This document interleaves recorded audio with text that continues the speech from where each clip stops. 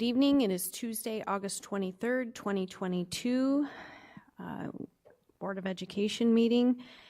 I'd like to call the meeting to order. If I could please have the roll called. Mrs. Arvanitis? Here. Mrs. Caforio? Here. Mr. Collins? I'm here. Mrs. Hassler? Here. Mr. Kaczynski? Mrs. Stufen? Here. And Mrs. Troutman? Here. Okay, 6 board members present, 1 absent. If I could have a motion to go into closed session. I move that the Board of Education move into closed session for the purposes of appointment, employment, compensation, discipline, performance, or dismissal of specific employees of the public body or legal counsel for the public body, including hearing testimony on a complaint lodged against an employee of the public body or against legal counsel for the public body to determine its validity. 5 ILCS 122C1, the placement of individuals in special education programs and other matters relating to individual students. 5 ILCS 122C10, litigation when an action against, affecting, or on behalf of the particular public body has been filed and is pending before a court or administrative tribunal, or when the public body finds that an action is probable or imminent. 5 ILCS 122C11, discussion of minutes of meetings lawfully closed under the Open Meetings Act, whether for the purposes of approval by the body of the minutes or semi-annual review of the minutes as mandated by Section 2.06, 5 ILCS 122C21. I'll second. Okay, motion by Mrs. Troutman, second by Mrs. Arvanites. Please call the vote. Mrs. Troutman? Yes? Mrs. Arvanites? Yes. Mrs. Stufen? Yes. Mrs. Hassler? Yes. Mr. Collins? Yes. And Mrs. Caforio? Yes. 6 ayes, no nays, 1 absent. The board will be going into closed session.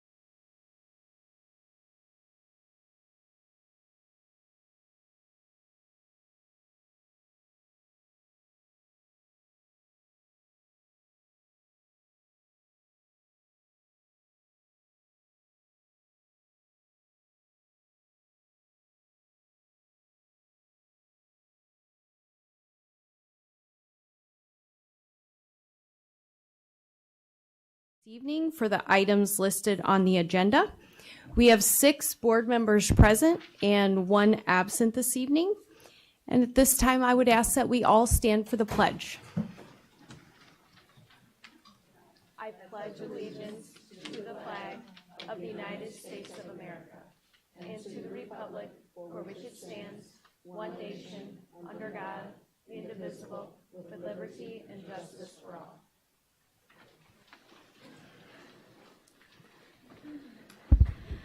All right, so tonight we get to begin with a spotlight recognition for the Illinois Middle School Counselor of the Year and the Illinois Counselor of the Year, Mary Wilson. So if she could come up and stand in the middle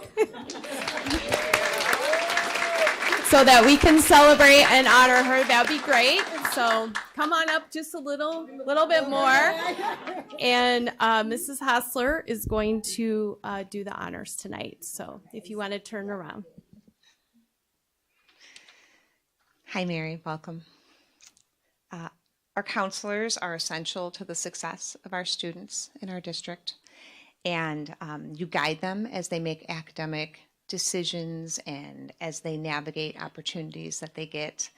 You support them when they face challenges and offer them tools and resources. And our counselors are a familiar face and a trusted adult that our students know that they can always go to when they need anything, help or advice. So thank you for all that you do for our students at Churchville. And thank you for doing such a good job of that you have been awarded the Counselor of the Year by the Illinois School Counselor Association. I'm going to read the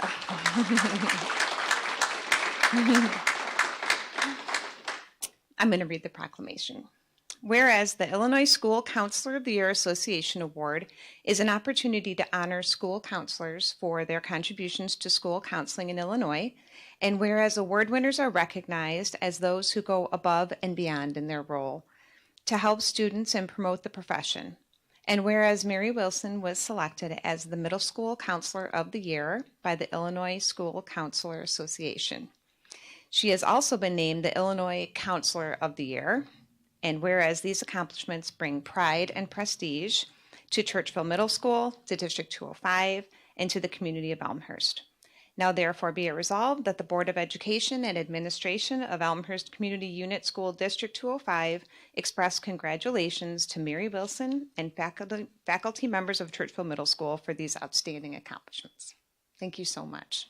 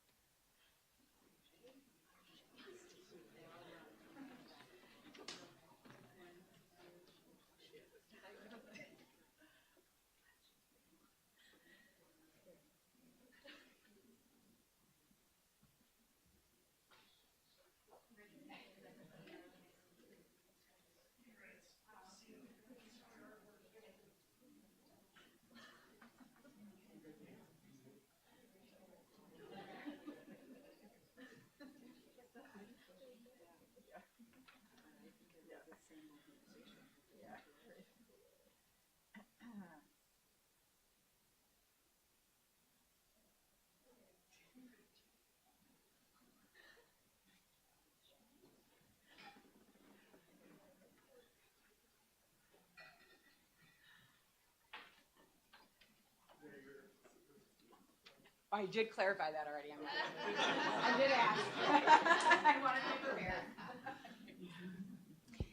Thank you so much for all you do for kids. All right, next on the agenda is to honor and spotlight our summer program leaders. So Dr. Rubenstein is going to do that for us. Good evening. Thank you so much for this opportunity to recognize the leaders of our outstanding summer programs. As you saw in July, we reached over 4,500 students from across the district through our outstanding summer programs. That's an impressive number considering the fact that most of our programs were provided at low or no cost to families, an incredible service to our community. The summer program leaders we plan to recognize this evening often made order out of chaos, made sure that transportation ran smoothly after the first week, helped to get scheduling options completed, and supported our students in countless ways. Please join me in welcoming and thanking our summer program team. Sarah Cannon and Dr. Skip Coombe ran our extended school year program for students with disabilities. They ensured that we had program staff and that every student who needed an aide had one. Beginning in February of this year, they hired teaching assistants, teachers, speech and language pathologists, and strived to make the program fun for every student who came through our doors. Thank you to Sarah and Skip.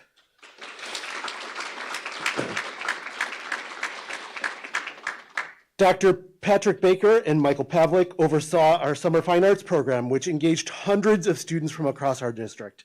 Our students learned new skills, and even our most reluctant students were able to perform in the concert at the end of the summer. Behind the scenes, Patrick and Michael ensured that students had access to the supports they needed and that every parent was engaged with the program. Thank you to Patrick and Michael for your hard work.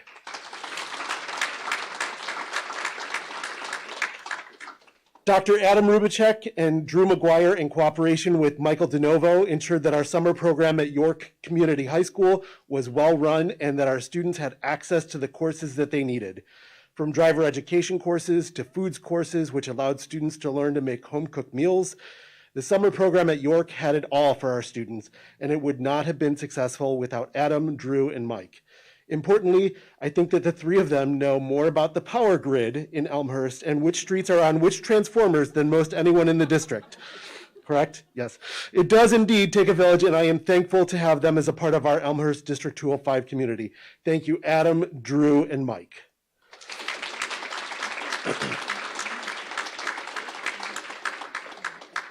Toward the end of the summer, our students in certain buildings engage in our Jumpstart program, and it is overseen by Nina Delgado and Blanca Vargas. Jumpstart allows students who need a back-to-school boost to engage in learning to ensure that the first few weeks of school get off to a great start. These two women called homes, visited apartments, ensured students were fed, and worked together with others to focus on our students and get them back into school for our Jumpstart program. Thank you to Nina, and thank you to Blanca. Our students are better because of you.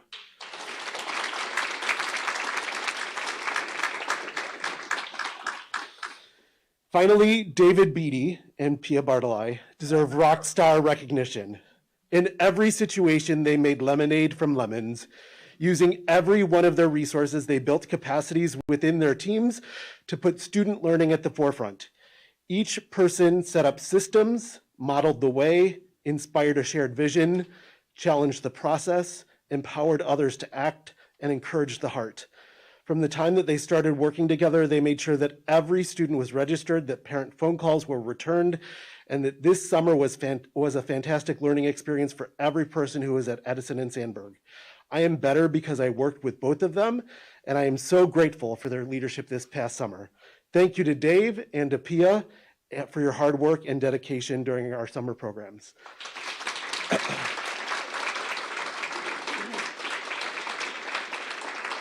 And with that, thank you to all of you for your hard work this summer, and please join me in thanking them.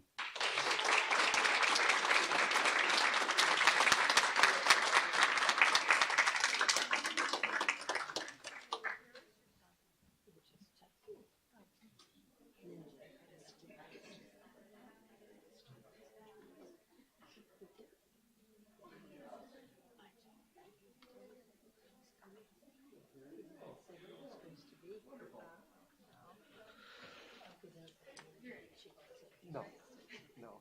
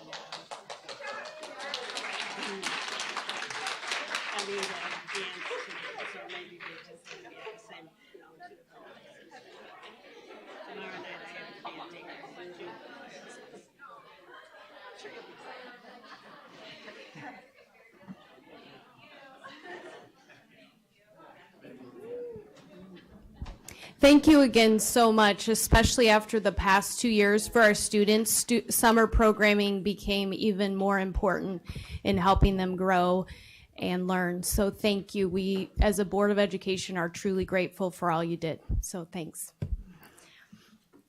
All right. Next up, we have public comments. We've allowed 30 minutes allocated for public comments tonight, with 3 minutes allotted per speaker for items on the agenda, as well as communications, petitions, reports from citizens, or representatives of other public agencies. We ask that when your name is called, you come up and give your first and last name, be respectful to the board, and also that specific names of students or employees in the district are not used. There are 3 speakers signed up, and I will turn it over to the board secretary to call the first speaker. She will let you know when you have 30 seconds left. Marcia Baker. Good evening. Good evening to the board and Superintendent Campbell. I'm speaking on behalf of the Elmhurst League of Women Voters.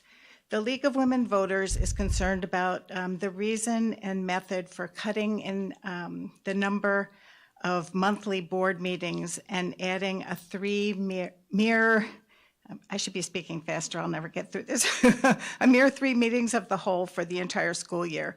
We also question the decision not to record committee of the whole meetings.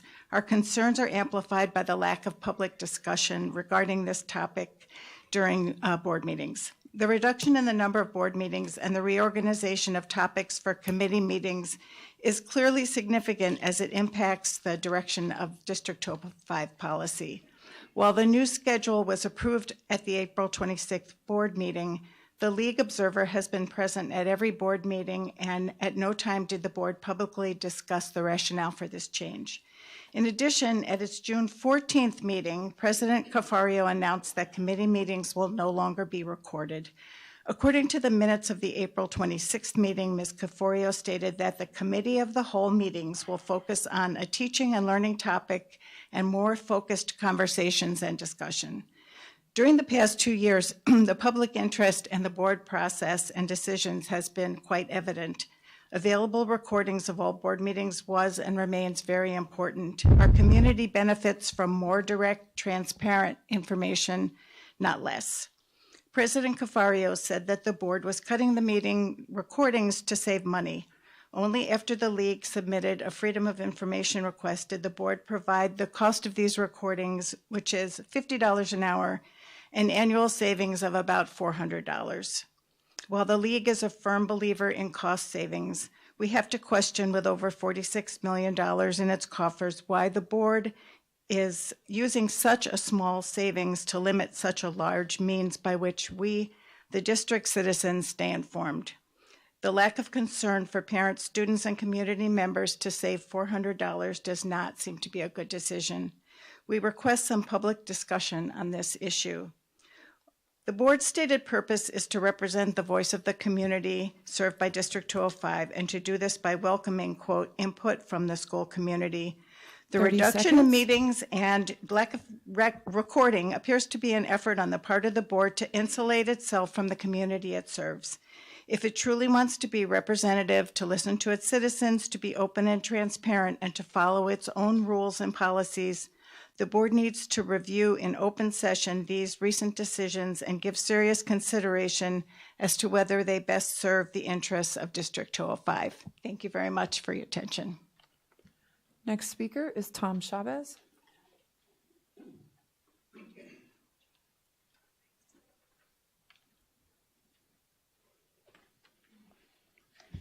Hi, good evening. I'm Tom Chavez. I'm a parent of a student in District 205.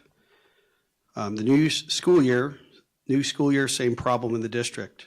I assume District 205 administration and the Board of Education are aware of the recent numbers released on the Illinois Report Card website and published yesterday in the Elmhurst Patch. In 2021, 43% of Elmhurst 8th graders met expectations in the math section of the Illinois Assessment of Readiness. That was down from 52% in 2019. No data was available from 2020 during the pandemic. In English language arts, it's 37%. 37% of Elmhurst 8th graders met expectations in English language arts in 2021, down from 49% 2 years earlier.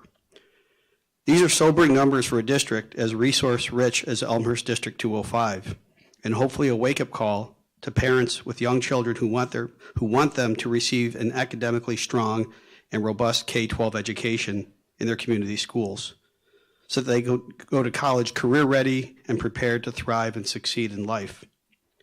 The issues with low proficiency, biased curriculum, and the lack of transparency were brought to the attention of the district administration and the board month after month last school year.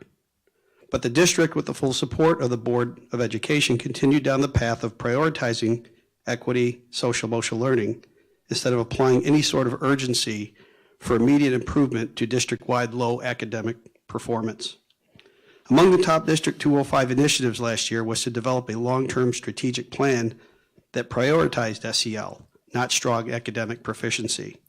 The D205 website, under the heading SEL Mission, proclaims it is strongly committed to developing safe and healthy environments where everyone thrives academically, socially, and emotionally. As part of the process, D205, with the approval of the Board of Education, hired a firm called Hazard Young Associates, HYA, as a consultant to provide guidance for the long-term strategic plan. Elmhurst taxpayers, of course, footed the $40,000 bill. I took a few minutes to conduct my due diligence on HYA, since the board seems incapable or simply not interested in doing the critical front-end work on behalf of their constituents. It didn't take long to uncover widely reported problems with HYA. 30 seconds.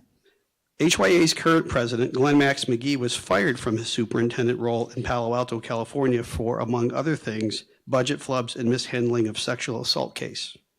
In another report, HYA picked Sergio Paez for superintendent of the Minneapolis School District, even though he had been cast out of his previous job due to chronic academic underperformance.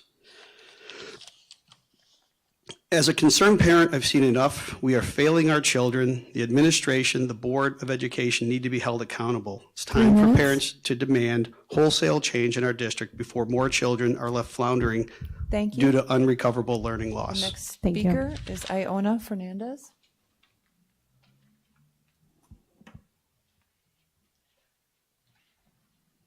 Hi, everyone. My name is Joana Fernandez, and I'm here on behalf of my kids, Leopoldo and Rafaelo. Rafaelo goes to Jefferson Elementary, and within the last 3 months, this school district performed magic there. The school has been absolutely transformed, and it looks amazing. It took us as a family 3 months to find a plumber to fix one leaky faucet. You guys transformed an entire school, and I'm sure a few other buildings. That's the one I saw personally. So I want to thank you for doing that. I also want to acknowledge tonight the Jefferson teachers and staff that were able to move in and make that school look welcoming for our kids in 2 or 3 days. It was really fast. In a very short time. And to continue, I would like to mention a few wishes I have for our kids this year. It's a new school year, and they are very excited to go back. And they've been coming every day home with a smile on their face. As a parent, I'm not looking for test results. I'm not looking for problems in academic achievement, because I know that you are all doing your job. I know our teachers are the best, and they are doing an amazing job teaching our kids. And I hear every day from my kids what they are learning at school. What I wish for my kids this year, and I hope for all the kids in our district, is to be safe and healthy. If we have that, they are going to accomplish everything they need. I also want to acknowledge continued focus on SEL and equity in our district. I think those are key to increasing academic achievement for everyone. Without that, kids, they are underserved and underrepresented, they will not be able to accomplish their best. I'm also wishing this year for respect for our teachers and staff. Everybody that's working in the school district worked really hard to get where they are. I'm respectful of your skill. I am not a teacher. I cannot do what any of the people in the school district do. I hope people realize what it takes to get to where you guys are today. I'm looking forward to a great school year. Thank you for everything you do. Thank you. Is that it? Okay. At this time, the board does not respond, and will follow up as administration or the board will follow up with speakers as appropriate. Dr. Grins, could I just ask a favor that you and I sit down and catalog where we talked about student data at every single, at all the board meetings for the last school year? Because I think it's important that we highlight that our work here is about students, and that's what we've been doing at every single meeting, to my recollection. But I would appreciate some help if that would be all right. Sure. We can work on that, and then we can share that at the next board meeting. You bet. All right.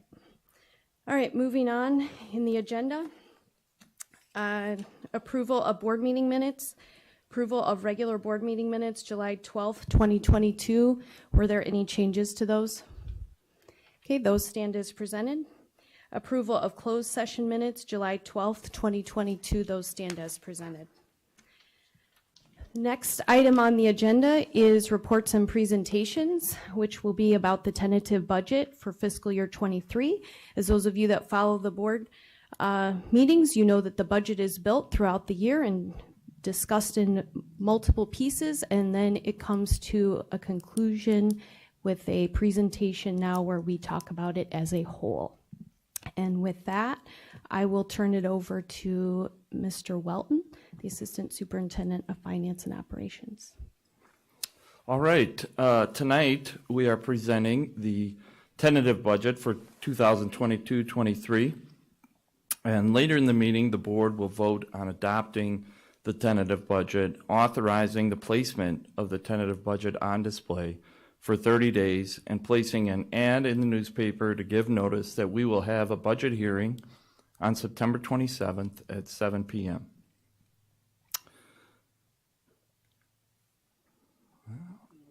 Wrong way. There we go. So the District 205 Board and Administration has made consistent, prudent decision-making over the years, resulting in a strong financial position. And as a result, the district was recently assigned a rating of AA+ by S&P Global Ratings. This is their second highest rating, and this provides lower interest rates on our bond issuances, which saves taxpayers money. Our monthly financial reports and budgets are prepared on the cash basis of accounting. And for the previous fiscal year, 2022, we had a positive financial year. Revenues exceeded budget, expenditures were less than budget, and the surplus of $7 million added to our reserves. So as far as the mix of revenues, due to our strong property values and our demographics, we collect less in state and federal revenues than the state average. We are 90.8% local, compared to the state average of 65.9%. Local revenues are made up of mostly property taxes at 82%. Additionally, other local revenues include corporate personal property replacement taxes, tuition, interest income, food sales, student participation fees, and textbooks make up the 90.8% local. The operating part of the 2021 property tax extension was $120 million. We expected to collect 50% of that, or $60 million, in fiscal year 22. However, we collected much more than we expected at 53.4%, or $64.1 million. So this was a shift of $4.1 million into FY22 that we thought would have gone into FY23. That's because the property tax collections overlap fiscal years. Replacement taxes were high and exceeded budget last year, and the Department of Revenues have estimated another 7.5% increase in 2022-23. Interest income will finally increase with rates going up very fast recently. Evidence-based funding continues to be extremely flat for Elmhurst as a Tier 4 district. And our federal revenues will decrease due to the reduction to federal school lunch program. As far as our mix of expenditures, normally I say salaries and benefits make up 80% of expenses. However, the transfers that we have this year are larger, with $4 million for summer capital, $7 million for additional scope, $1.5 million for tech leases, and $0.33 for debt certificates. As for staffing, overall, we are down 3.75 full-time equivalents. And certified staff, which is the biggest line item in our staffing, are down about 7 FTE. So the administration was focused on maintaining, meaning not increasing our staffing levels.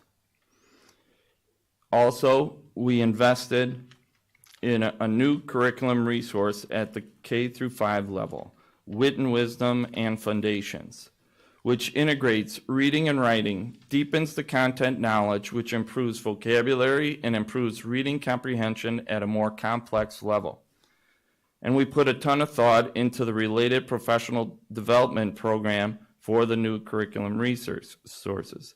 I'm not going to go into all the details on that plan, but the focus is on sustaining and growing our own. We are building capacity by developing foundations, certified facilitators, and Wit and Wisdom lead trainers to help sustain program implementation. We continue to invest in our facilities. Last year, we celebrated significant upgrades at Edison, Emerson, and the Transition Center, and we just opened the new Lincoln Elementary School. Big projects are ongoing at Fisher, Jackson, Jefferson, and the new field is progressing on a daily basis. We have secure vestibules in all of our buildings, which significantly improves our perimeter controls. Planning and design are moving forward for all of our 3 middle schools, which will be discussed more in depth at the September 13th Finance and Operations Committee meeting. In this budget, we are transferring $4 million out of operations for the summer capital maintenance projects and $7 million for the additional scope in our construction projects to increase capacity in our schools. On this slide here, I wanted to show the 2 years together of our operating funds.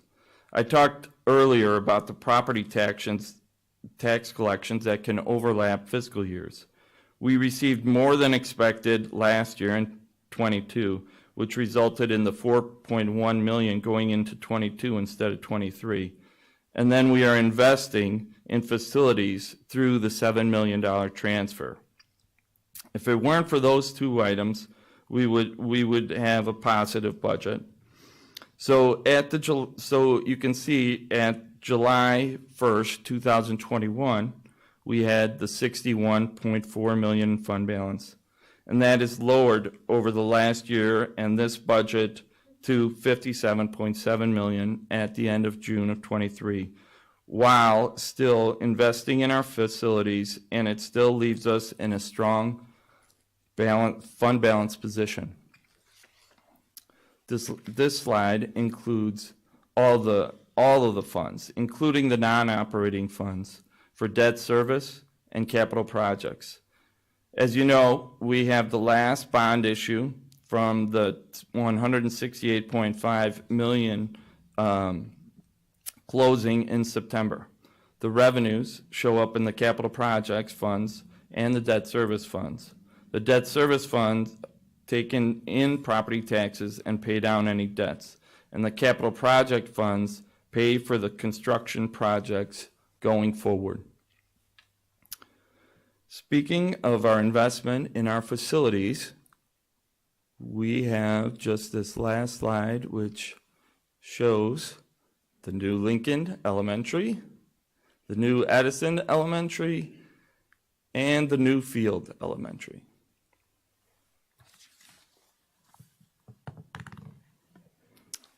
Thank you. Okay, thank you. Questions, comments?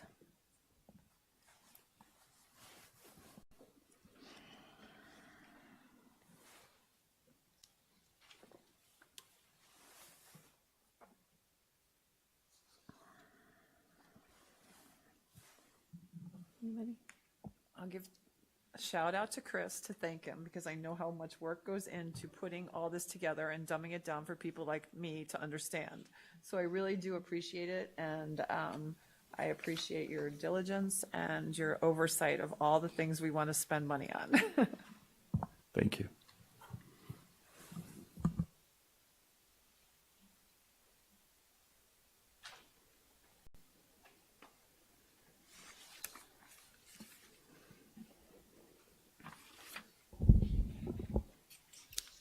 Anybody else? Karen?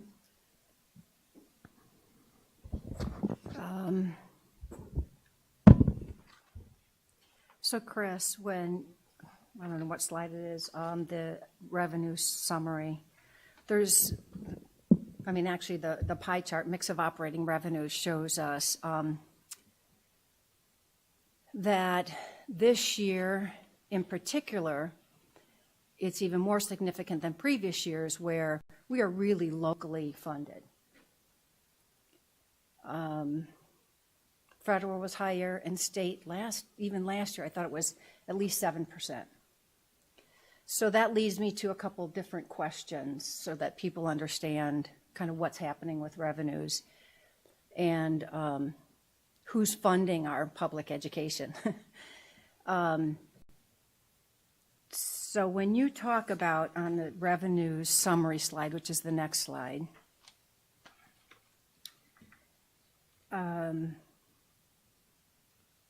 evidence-based funding is flat. Evidence-based funding actually got, what, 600 million into it for the state of Illinois. However, for Elmhurst, we don't get any of that because the quote-unquote formula they use shows that our local revenues, from the state's perspective, should fund our public education, basically. Bottom line, layman's terms. You know, it's a formula that says how many students, whatever, what are your demographics, what's your income, what's your free and reduced lunch, basically, in a nutshell. So I think that's really important for people to understand because even though we weren't getting that much, like 7%, I mean, it's still millions, you know, 1 million or more, which helps. And I understand that our budget looks good today, but it could very quickly not look good. Okay, so I would just want, you know, people to kind of understand there's a lot of different factors here that are going in kind of wrong directions for us for the future. So I think the last piece on this slide that I think that if we can't today, that we do at some point is the federal revenue is decreasing due to the reduction in the federal school lunch program. Like, what does that mean for us? And what does that mean for our students? Because again, this community will step up to the table. And I think that's an important message for us to be communicating as well, as how grateful we are to the community when they step up, when our state and federal government does not for us because they think, whatever, their formulas don't work in favor for us. There are some districts that are getting significant new revenue from the state based on the evidence-based funding.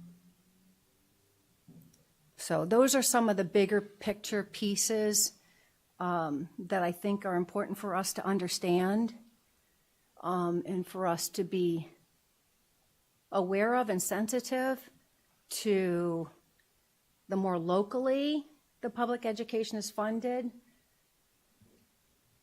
the more engagement from the community, I just think that the dynamics can quickly shift for us. And I think that we need to be aware of that. Not just funding, but just everything that goes along with that. Like how much we're going to hear from people, what's on their mind, how much we engage in with them, et cetera. I know that from a staffing standpoint, you said that we're keeping it flat. I thank you for keeping it flat because I know that our number of students is not growing overall, and so our staffing was. So I know that there's a lot behind the scenes that go behind that, so I don't want that to be overlooked here too. And I think that that's what we need to continue to do is how can we do things differently if we have to? Because I know that we're not talking about any of our assumptions here. Because there's salary increase assumptions, there's, all kinds of things that are baked into this budget that we're, not highlighting. I think that from an overall standpoint, I think I'll be done, but I think those are important things for us to highlight.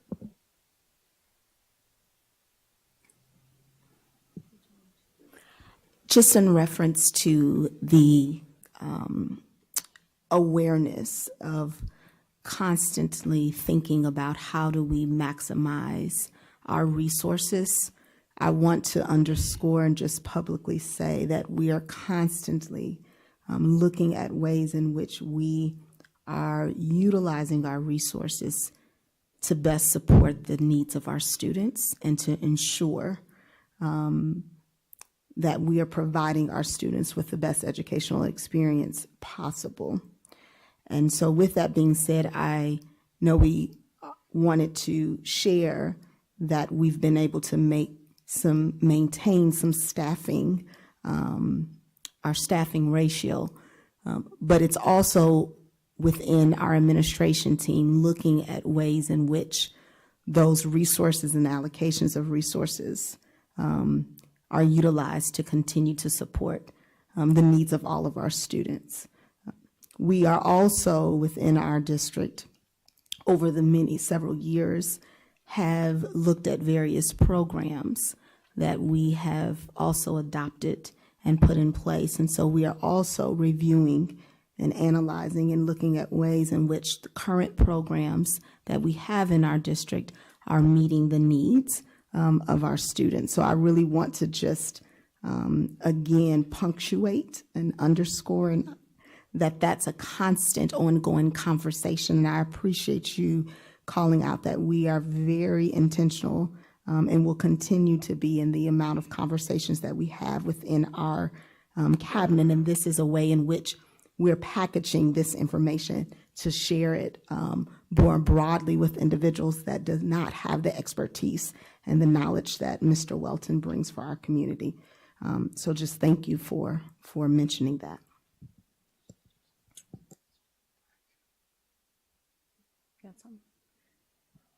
Yeah, I have a few things. And Chris, all these I sent a note to you regarding, and you gave me an explanation, but I think it's important to discuss in public for anybody who takes, a look at the budget as I did, and a few things stood out to me. First of all, it appears that there's $20 million in increased spending in the proposed budget. Can you tell me what that is used for? So in my explanation, I had to discuss this accounting transfer in the Illinois Program Accounting Manual. You can't transfer straight from the Education Fund into the Capital Projects Fund. You're required to go from the Education Fund into the Operations and Maintenance Fund, then out of the Operations and Maintenance Fund and into the Capital Projects Fund. So there's this, so we have this in the budget, $7 million into operations and $7 million out. So that's like an automatic wash, and it's in the operations expenditure. So that $7 million is just like a wash. So you take that out of the $20 million just from a accounting requirement But then there is the 7 million that is coming out of the education fund and eventually making it into the capital projects fund. So that's a $7 million increase. If I can interrupt for a second. Yeah. So I would call that an investment in our community. since Absolutely, an that money is investment. going to build new schools and renovate existing schools. Absolutely. All right, thanks. We also have just in salaries, there is an increase of 6 million in the budget that is from salary increases.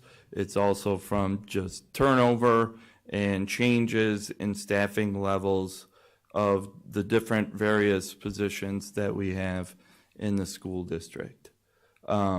So that is 20 million right there, but beyond that, we are investing, and you would notice an increase in the supplies and materials, as I referenced the discussion of the new curriculum resources being implemented this year from Wit and Wisdom and Foundations. Okay, thank you. The second thing that, upon looking at the proposed budget that stood out to me is that you're budgeting a $10.5 million deficit. And I think that's important that we talk about that as well. In previous years, we often have a $1 million deficit, which is not huge in a $140 million budget. But 10 million does seem to stand out. Can you explain what's going on there? So in my presentation, I did talk about this property tax overlap, property tax collections from 22 that should have been in 23. So that shift was 4.1 million. And additionally, we had the $7 million investment that we talked about in our schools.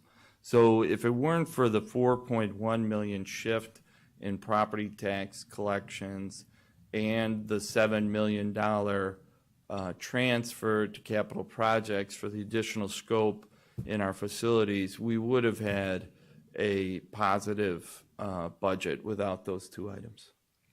Okay, thank you. Chris, give you a plug to the thing that you are constantly pointing out to us. And to Karen's point, the biggest driver of our budget is personnel. And since over the last 10 years, we've increased certified staff by about 100 staff members, while our student population has increased roughly by about 50 students. So just to reiterate what you always tell us, we do need to keep a careful eye on staffing. And Keisha, I appreciate your comments about how you're taking a serious look and constantly trying to optimize our staffing positions to deliver the best education to our children. So thank you for that priority. And that's all the questions I have. All right, anybody else? Beth? I just had a comment. I just wanted to say thank you to Keisha for pointing out the work that your team is always doing to look at the resources and the money being spent on those things, and that it's not just this is what we've used in the past and so this is what we're going to continue using, but that it's the money is being spent thoughtfully and with the needs of our students and our staff in mind, so that we can be supporting them to the best of our ability. And I think it's important to always be looking at those things. So thank you for pointing that out. Okay, anybody else? I'll just say everything I was going to say has already been said by other board I know, members. The same. fiscal responsibility is wonderful, and I appreciate your stewardship of the district budget. The only thing I'll add is this one piece of, because I echo the staffing levels and maintaining those while balancing how education is evolving for our kids and the high expectation from our community to provide a high-quality education. And that's no easy feat. And it's not a one-year annual budget work. It's a multi-year future thinking and planning work that includes factors that at times are beyond our control, We read a lot now about teacher shortages in our country and in our state. Some of our neighbor schools are not fully staffed at the opening of their school year.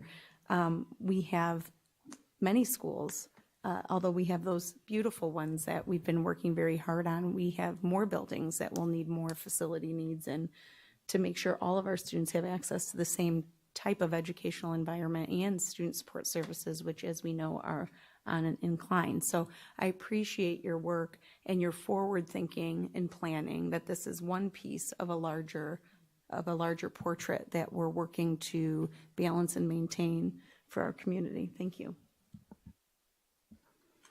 All right, thanks so much. All right, next is the consent agenda. Does anyone want to pull an item from the consent agenda? Karen? I'd like to pull item E, special education transportation supplemental contract. Okay. Anybody else? Okay, could I have a motion for the consent agenda without item E, please?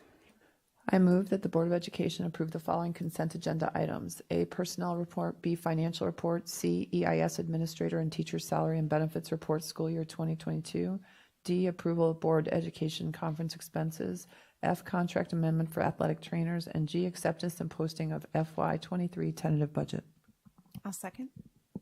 Okay, motion by Mrs. Troutman, second by Mrs. Hosler. Is that you? Sorry. I couldn't tell who. No, I couldn't tell who. All right, please call the vote. Mrs. Troutman? Yes. Mrs. Hassler? Yes. Mrs. Stufen? Yes. Mr. Collins? Yes. Mrs. Arvanitis? Yes. And Mrs. Caforio. Yes, 6 ayes, no nays, 1 absent, motion passes.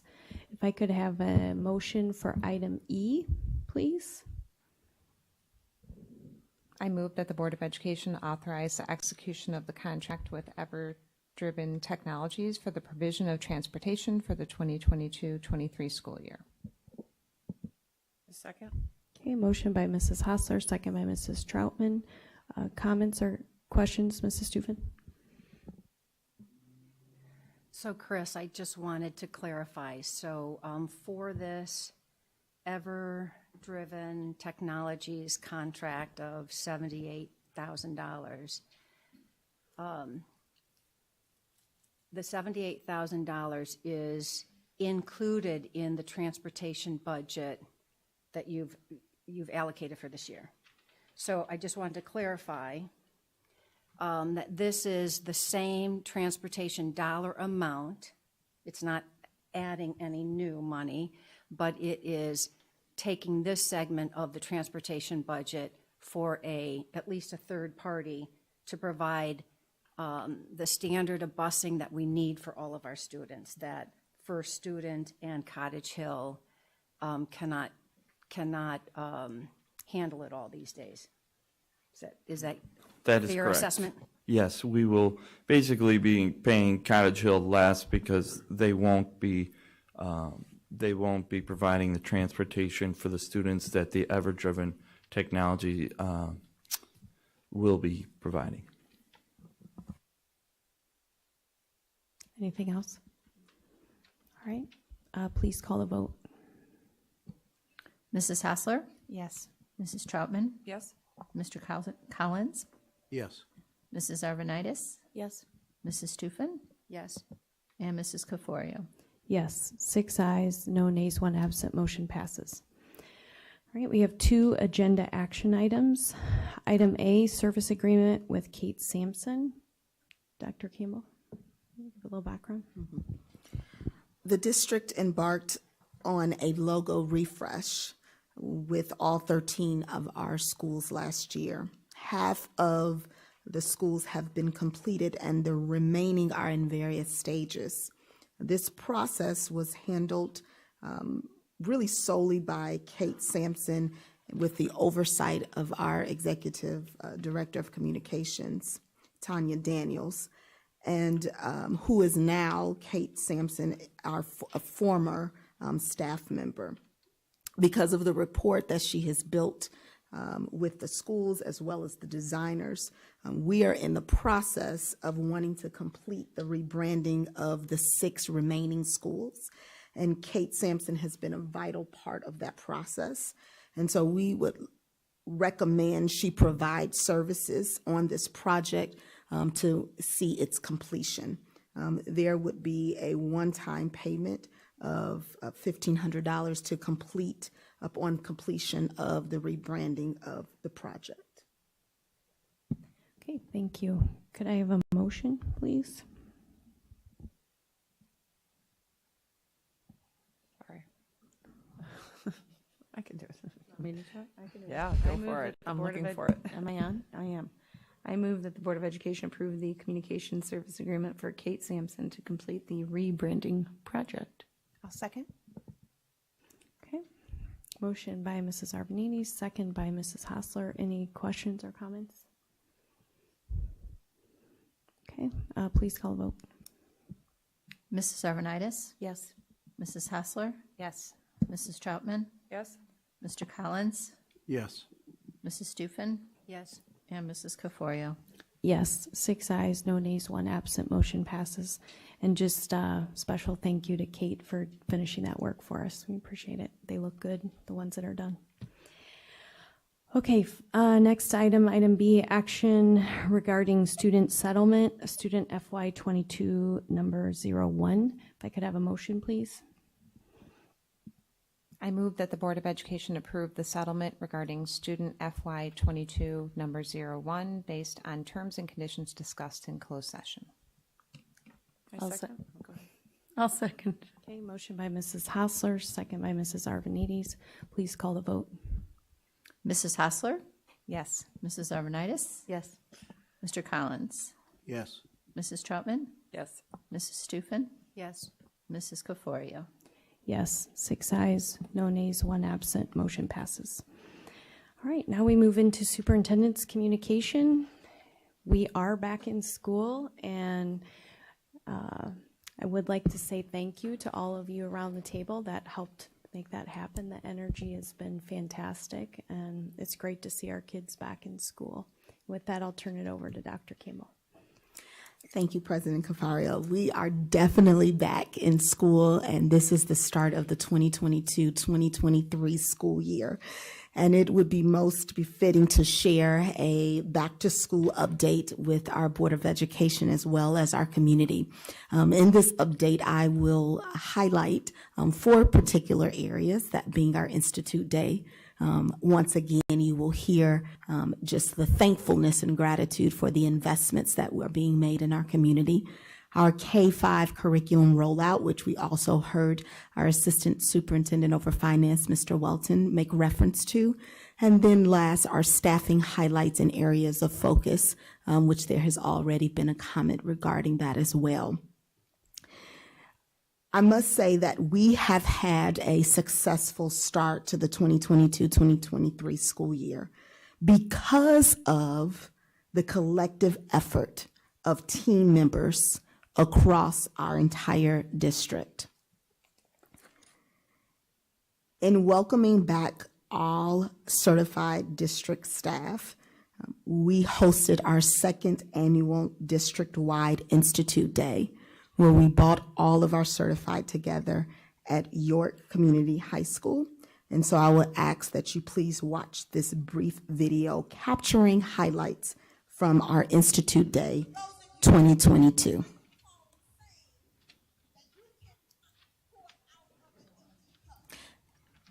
As teachers, as educators, for those of you that were here, you might recall me saying that you cannot pour out of an empty cup. As teachers, as educators, we give so much, so unselfishly. But oftentimes, we have to make sure we take care of ourselves.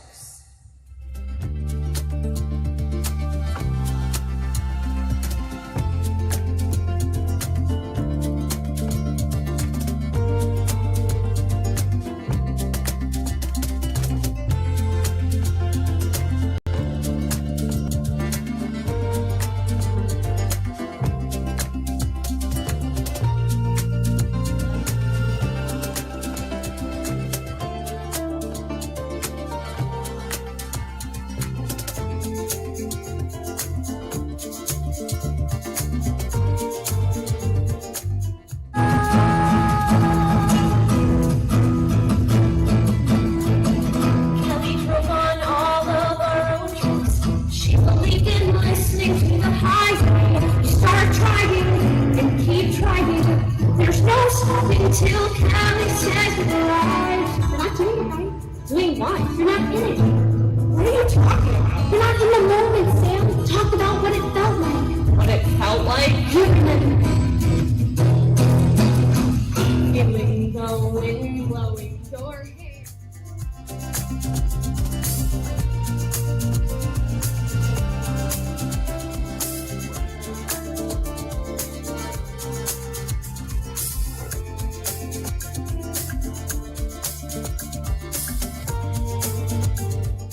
And so last year I talked and really elevated this idea of self-care, of doing the things that you need to do for yourself, to be emotionally, to be mentally, physically, and spiritually grounded, to show up every day and give your best to your teammates, to your colleagues, but most importantly to our students.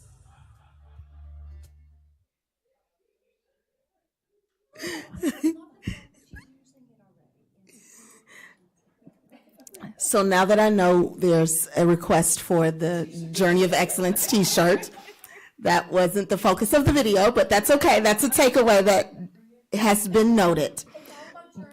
It is all about the journey of excellence. Thank you so much. We are really embracing and living into that. So over 90% of certified staff identified that the day focused on learning that could be translated into action. But more importantly, 90% of staff reported that it directly supported educators to meet the needs of their students. We are so grateful that our community made the decision to invest in our schools and community at large through the support of the referendum.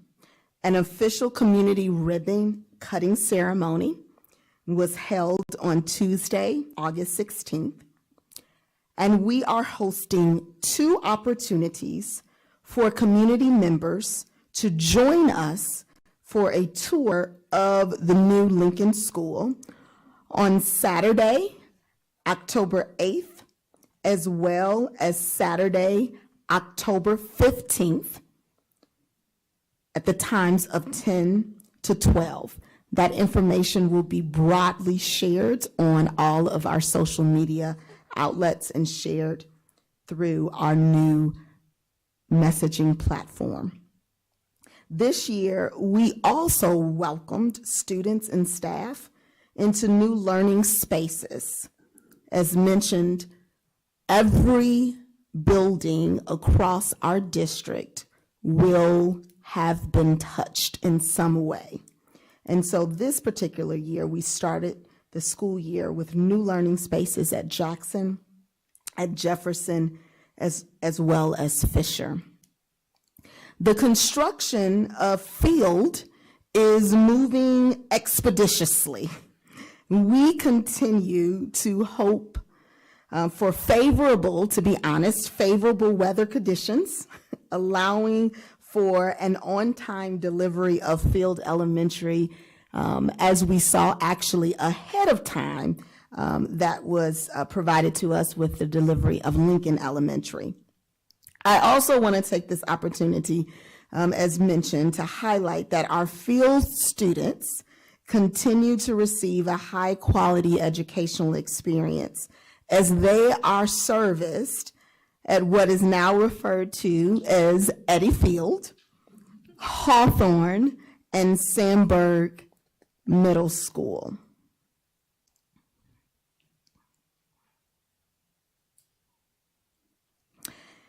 Given the significant investment, as has already been mentioned, in our new ELA resources, our new K-5 ELA resources, we wanted to provide the board and our community with an overview of the progress that has been made to date with the adoption of these resources. If you recall, the learning and teaching team shared the extensive process used to identify the instructional materials. We are pleased to announce that teachers from across our district have engaged in professional learning in the launch of Wit and Wisdom and Foundations. The team worked not only on sorting and delivering materials, which, by the way, was a major lift and goes back to the shared ownership and collaboration and teamwork and collective efforts of many. But once again, our administration team continues to prioritize professional learning opportunities for our K-5 leaders and teachers. A guaranteed and viable resource accompanied with instructional best practices and teacher expertise will elevate student growth and outcomes.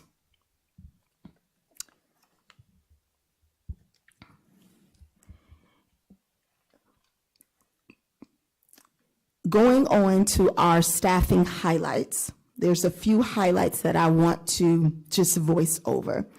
That here in District 205, we have seen stability across our certified teaching positions. We have also, in the last year, seen an overall increase in applicants applying to certified positions. But the highlight of it all is we have over 98% of certified staff positions filled to date. Now, I'm going to say that one more time, because as we have seen and as already has been echoed, that is not true and evident in all districts. Given the current staffing shortages that are at play, in District 205, we have 98% of our certified staff positions filled to date. That deserves a round of applause. We had 52 staff members participate in our annual New Educator Academy, and we must publicly again thank our Elmhurst Chamber of Commerce for their partnership and involvement in that. In District 205, we are currently interviewing candidates for a particular role, Director of Language and Literacy Pathways. And so thinking about the current positions that are where we have vacancies and where we're really focusing our attention and our efforts on. The Director of the Language and Literacy Pathways is one of those positions. Given the demographics of District 205, the responsibilities of this role, as well as the specific qualifications, including but not limited to their administrative or their general administrative or superintendent supervisory endorsement. They're endorsed in elementary, secondary, and special K-12 teaching area, as well as their bilingual endorsement. This position still remains a focus and an area of prioritization for us, and we will continue to interview but ensure that the candidate is a best fit for District 205. As well as you see, classified and support staff positions continue to also be an area of focus. I want to say that this remains a national shortage and is not exclusive to District 205. Most districts are continue to be impacted by this, and we are as well, but we are still continuing our efforts to fill those positions. Overall, it has been an amazing start to this school year, and I want to again echo and thank the Board of Education, the administrators, our entire staff for making Elmhurst District 205 an amazing place to work, to learn, and to grow. Thank you. Great, thanks. Any questions or anything? All right, then we move on to FOIA requests, Freedom of Information Act requests.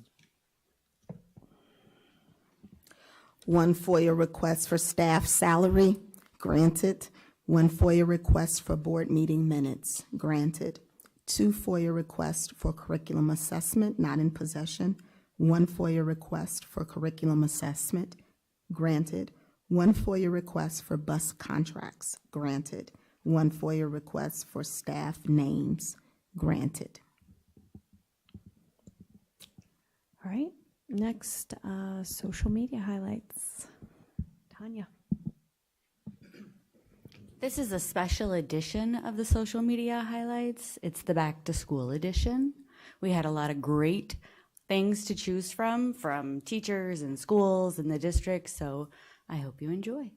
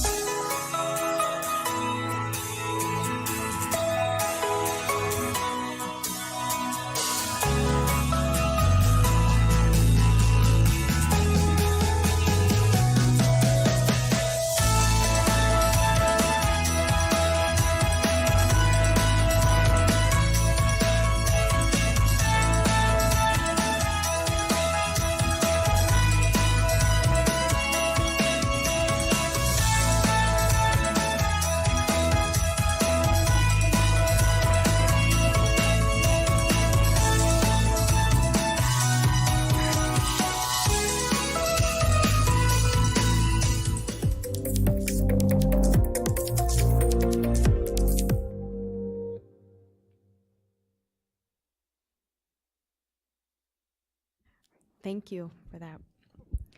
And I also want to say thank you to Rudy because the technology works and I appreciate that. Just don't want that. I don't want you to think I don't notice or we don't notice. I appreciate that. So, all right. We are up to board communications. Does anybody have anything? All right. Upcoming meetings, September 7th. Policy Committee meeting at 5:30 p.m. here in District 205 Center. Yes, it is open to the public. September 13th, 2022, Finance and Operation Committee meeting at 5:30. Again, open as all our meetings are, open to the public. And September 27th, 2022, regularly scheduled Board of Education meeting at 7 o'clock here in District 205 Center. All right, and all the meeting times are posted on the website, I hope? Yes, okay. We previously did not have a schedule for our Finance and Operations Committee or our Policy Committees, so we have now added the number of committee meetings and put those on the website. So thanks for getting that on there. If there's nothing else, we've come to the end of the agenda, and so we are adjourned. Thank you all.